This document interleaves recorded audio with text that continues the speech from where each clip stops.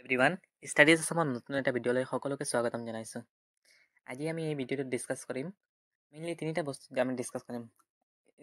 স্কলাৰশ্বিপটো কেনেকৈ এপ্লাই কৰিব লাগে, এইটো কেনেদৰে চিলেকশ্যন প্ৰচেছটো হয়, আৰু যদি কিবা ভুল হৈ যায় তেতিয়াহ'লে ডিফেক্টিভ হ'লে পিছত কেনেকৈ এপ্লাই কৰিব পাৰি আমি, আৰু কেনেকৈ শুদ্ধকৈ আমি ডকুমেণ্টবিলাক আপলোড কৰিলে আমি যিখিনি পইচা আছে ঈশানোদয়ৰ আণ্ডাৰত এইখিনি পাই যাম, আৰু ডকুমেণ্ট কি কি লাগিব।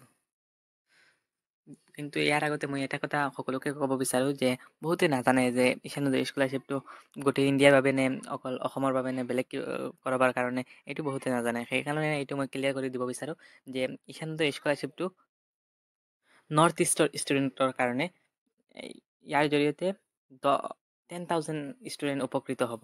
এই ঈশানোদয় স্কলাৰশ্বিপৰ জৰিয়তে টপ 10,000 যিসকল ষ্টুডেণ্টৰ লিষ্টত নাম আহিব, মেৰিট লিষ্টত নাম আহিব, সেইসকলে এই স্কলাৰশ্বিপটো পাব। এইটোৰ কোনো পাৰ্চেণ্টেজ নাই, ইমান পাৰ্চেণ্টেজ লাগিবই এনেকুৱা কথা নহয়। কিন্তু যোৱা বছৰ বা ইয়াৰ আগৰ বছৰ আমি কাট অফ মাৰ্কটো দেখিলে গম পাওঁ যে 75%ৰ ওপৰত মাৰ্ক পালে ঈশানোদয় স্কলাৰশ্বিপটো পোৱা যায় জেনেৰেল কাষ্টৰ কাৰণে, আৰু 60%ৰ ওপৰত বা 60 মিনিমাম 60% ধৰিব পাৰা SC OBC কাৰণ সেইসকলৰ কাৰণে 60ৰ ওপৰত পাৰ্চেণ্টেজ পালেই পাই যায়। এতিয়া আমি প্ৰথমতে ডিছকাছ কৰি লওঁ যে ডকুমেণ্ট কি কি লাগিব। ডকুমেণ্টৰ লিষ্টৰ ভিতৰত প্ৰথমটো ডকুমেণ্ট হৈছে আধাৰ কাৰ্ড, যিখন মেণ্ডেটৰী হয়, যিখন নহ'লে এপ্লাই কৰিব নোৱাৰিবা। পিছত ছেকেণ্ড নাম্বাৰ যিখন আছে এইখন হ'ল ডমিচাইল চাৰ্টিফিকেট, যিখনৰ অন্যথা আপোনালোকে PRC খন দিব পাৰিবা, পাৰ্মানেণ্ট ৰেচিডেণ্ট চাৰ্টিফিকেট বা ডমিচাইল চাৰ্টিফিকেট। যদি PRC নাথাকে তেতিয়াহ'লে ডমিচাইল কোৰ্টৰ পৰা ডমিচাইল বনাই দিব লাগিব। তৃতীয়টো হ'ল ইনকাম চাৰ্টিফিকেট থাকিব লাগিব, আৰু 4.5 লাখৰ তলত ইনকাম হ'ব লাগিব। পিছত 4 নম্বৰটো হ'ল বেংক একাউণ্ট থাকিব লাগিব, লগতে বেংক একাউণ্টৰ লগত আধাৰ কাৰ্ডৰ লিংক থাকিব লাগিব। 5 নম্বৰ যদি কাষ্ট চাৰ্টিফিকেট আছে তেতিয়া ST OBC কাৰণে যিখন কাষ্ট চাৰ্টিফিকেট থাকে, যদি থাকে তেতিয়াহ'লে দিব লাগিব, নহ'লেতো নাই। আৰু মাৰ্কশ্বিট, প্ৰিভিয়াছ মানে 12ৰ মাৰ্কশ্বিট যিখন আছে সেইখনতো দিব লাগিব, সেইটো মেণ্ডেটৰী হয়।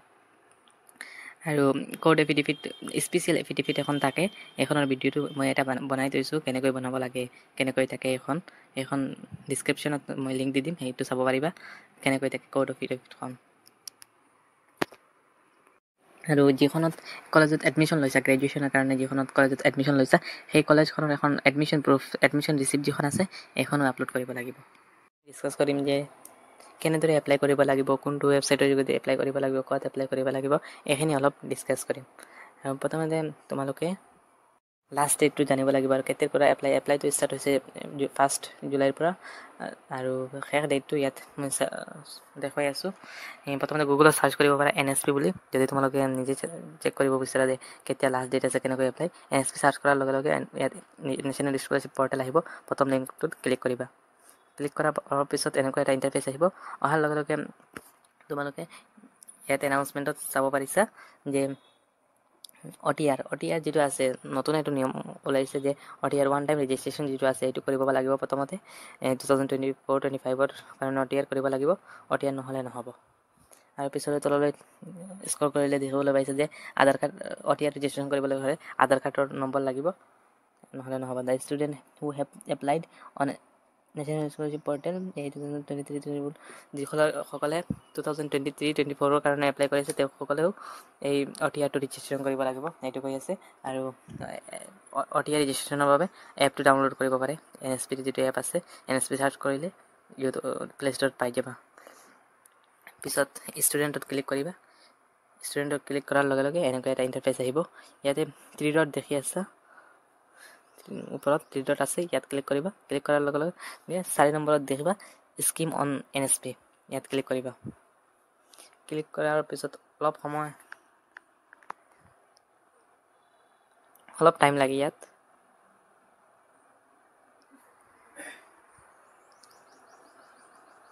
পিছত এনে এটা ইণ্টাৰফেচ তোমালোকৰ সন্মুখত ওলাব। অলপ তললৈ স্ক্ৰল কৰিবা। ইয়াতে UGC বুলি দেখা পাইছে, UGC দেখা পাইছে নিশ্চয় তোমালোকে স্ক্ৰীনত। ইয়াতে প্ৰথমতে আছে প্ৰথমতে দেখিবলৈ পাইছে যে national scholarship for post graduate studies, এইটো পোষ্ট গ্ৰেজুৱেশ্যনৰ কাৰণে যিসকল ছাত্ৰ ছাত্ৰী আছে তেওঁলোকৰ কাৰণে UGCৰ আণ্ডাৰত ইউনিভাৰ্চিটি গ্ৰাণ্টছ কমিশ্যন যিটো আছে এইটোৰ আণ্ডাৰত এইটোত 31 অক্টোবৰলৈকে থাকিব। এপ্লাই লাষ্ট ডেট থাকিব 31 অক্টোবৰ, ইনষ্টিটিউশ্যন ভেৰিফিকেশ্যন থাকিব 15 নৱেম্বৰলৈকে থাকিব, আৰু যদি কাৰোবাৰ ডিফেক্টিভ হৈ যায় তেতিয়াহ'লে 15 নৱেম্বৰ পৰ্যন্ত এইটো থাকিব। পিছত তোমালোকে এতিয়া চোৱা ঈশান উদয় যিটো আছে, Ishan Uday special scholarship scheme for NER north east region, north ইষ্টৰ ষ্টুডেণ্টৰ কাৰণে এইটো 31 অক্টোবৰলৈকে থাকিব। ডিফেক্টিভ যদি কাৰোবাৰ হৈ যায় তেতিয়াহ'লে 15 নৱেম্বৰৰ ভিতৰত আকৌ আপলোড কৰিব পাৰিব। আৰু ইনষ্টিটিউশ্যন ভেৰিফিকেশ্যন লাষ্ট ডেট আছে 15 নৱেম্বৰ 2024। আৰু DNO SNM MNO এইখিনি তোমালোকে গম নাপালেই হ'ল, আৰু এইবিলাক গম পোৱাটো কোনো দৰকাৰে নাই, সেইখিনি অনলাইন যোগে হৈ যাব। পিছত কেনেকৈ এপ্লাই কৰিবা?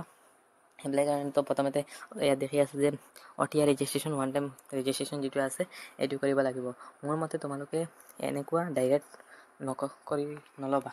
তোমালোকে কোনো কম্পিউটাৰ নিজে কৰিলে প্ৰথমবাৰৰ কাৰণে অলপ প্ৰব্লেম হ'ব পাৰে, এক্সপিৰিয়েঞ্চটো নাই। ডাইৰেক্ট প্ৰথমবাৰৰ কাৰণে কৰিবা, কিবা ভুল হৈ গ'লে পইচা নাপাবও পাৰা। সেইকাৰণে তোমালোকে কোনো কম্পিউটাৰ দোকানৰ ওচৰত যাবাগৈ, আৰু তাত গৈ তেওঁ ডকুমেণ্টটো কি লাগিব মই কৈ দিছোঁ, এইখিনি ডকুমেণ্ট লৈ যাবাগৈ আৰু তেওঁ কৰি দিব। OTR ৰেজিষ্ট্ৰেশ্যন কৰি দিব, সকলো আপলোড কৰি দিব, ডকুমেণ্টখিনি আপলোড কৰি দিব, তেতিয়া হৈ যাব। আৰু নিজে কৰিলে অলপ প্ৰব্লেম হ'ব পাৰে, সেইকাৰণে কোনো এটা CSC চেণ্টাৰৰ ওচৰত যাবাগৈ, গৈ এইখিনি কৰি ল'বাগৈ। আৰু যদি কিবা বুজাত অসুবিধা হৈছে তেতিয়াহ'লে কমেণ্টত যোগে সুধিব পাৰা, মই আনচাৰটো দি দিম।